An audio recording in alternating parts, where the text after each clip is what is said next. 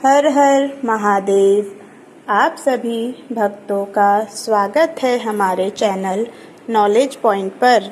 आज हम बात करेंगे एक ऐसे व्रत की जिसे स्वयं भगवान शिव ने अत्यंत फलदायक बताया है। मंगलवार प्रदोष व्रत। मंगल प्रदोष व्रत क्या है? प्रदोष व्रत हर त्रयोदशी तिथि को पड़ता है और जब यह व्रत मंगलवार के दिन आता है तो इसे मंगल या भौम प्रदोष व्रत कहते हैं। यह व्रत विशेष रूप से शिव भक्तों के लिए अत्यंत शुभ माना जाता है। मंगल प्रदोष व्रत की विधि। इस दिन सुबह स्नान कर साफ वस्त्र पहनना चाहिए। दिन भर व्रत रखना चाहिए। इसमें आप जल अथवा फलाहार ले सकते हैं। सूर्यास्त के बाद शिव जी का रुद्राभिषेक करें। बेलपत्र, दूध, दही, शहद आदि से पूजन करें। ओम नमः शिवाय मंत्र का जाप करें। अंत में व्रत कथा सुने और आरती करें।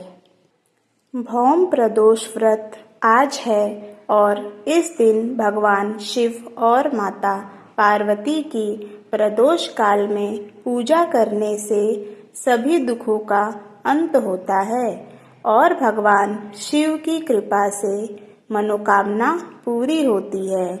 भौम प्रदोष व्रत के दिन शिव जी का पूजन करने के बाद भौम प्रदोष व्रत की कथा का पाठ अवश्य करना चाहिए। आज भौम प्रदोष व्रत तिथि का व्रत किया जा रहा है। आज प्रदोष तिथि मंगलवार के दिन पड़ती है, तब उस तिथि को भौम प्रदोष व्रत के नाम से जाना जाता है। भौम प्रदोष व्रत का महत्व शास्त्रीय रूप से मंगल ग्रह और भगवान शिव की विशेष कृपा प्राप्ति से जुड़ा हुआ है। शिव पुराण व स्कंद पुराण में इसका उल्लेख आता है कि जो व्यक्ति इस दिन शिव जी का पूजन व व्रत करता है उसके जीवन से क्रूर ग्रहों विशेषतः मंगल के प्रभाव कम होते हैं और स्थिर सुख संपत्ति की प्राप्ति होती है। भौम प्रदोष व्रत के दिन कथा सुनने व पढ़ने मात्र से जीवन के सभी कष्ट दूर हो जाते हैं। भौम प्रदोष व्रत की कथा इस प्रकार है। एक समय की बात है, एक नगर में एक वृद्धा रहती थी। उसका एक ही पुत्र था। वृद्धा की हनुमान जी पर गहरी आस्था थी। वह प्रत्येक मंगलवार को नियम पूर्वक व्रत रखकर हनुमान जी की आराधना करती थी। एक बार हनुमान जी ने अपनी भक्तिनी उस वृद्ध महिला की श्रद्धा का परीक्षण करने का विचार किया। हनुमान जी साधु का वेश धारण कर वृद्धा के घर गए और पुकारने लगे, है कोई हनुमान भक्त जो हमारी इच्छा पूर्ण करे? आवाज उस वृद्धा के कान में पड़ी।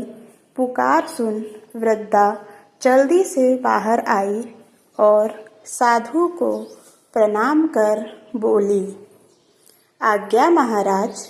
हनुमान वेशधारी साधु बोले, मैं भूखा हूँ, भोजन करूँगा, तुम थोड़ी जमीन लीप दो। वृद्धा दुविधा में पड़ गई। अंततः हाथ जोड़कर बोली, महाराज, लीपने और मिट्टी खोदने के अतिरिक्त आप कोई दूसरी आज्ञा दें, मैं अवश्य पूर्ण करूँगी। साधु ने 3 बार प्रतिज्ञा कराने बाद कहा, तू अपने बेटे को बुला, मैं उसकी पीठ पर आग जलाकर भोजन बनाऊंगा। यह सुनकर वृद्धा घबरा गई, लेकिन वह प्रतिज्ञाबद्ध थी। उसने अपने पुत्र को बुलाकर साधु को सौंप दिया। वेशधारी साधु हनुमान जी ने वृद्धा के हाथों से ही उसके पुत्र को पेट के बल लिटवाया और उसकी पीठ पर आग जलवाई। आग जलाकर दुखी मन से वृद्धा अपने घर में चली गई।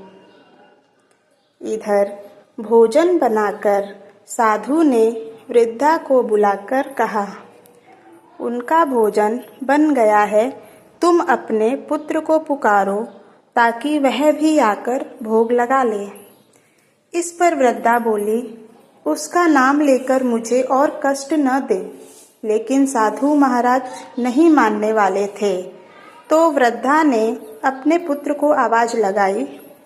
वह अपनी माँ के पास आ गया।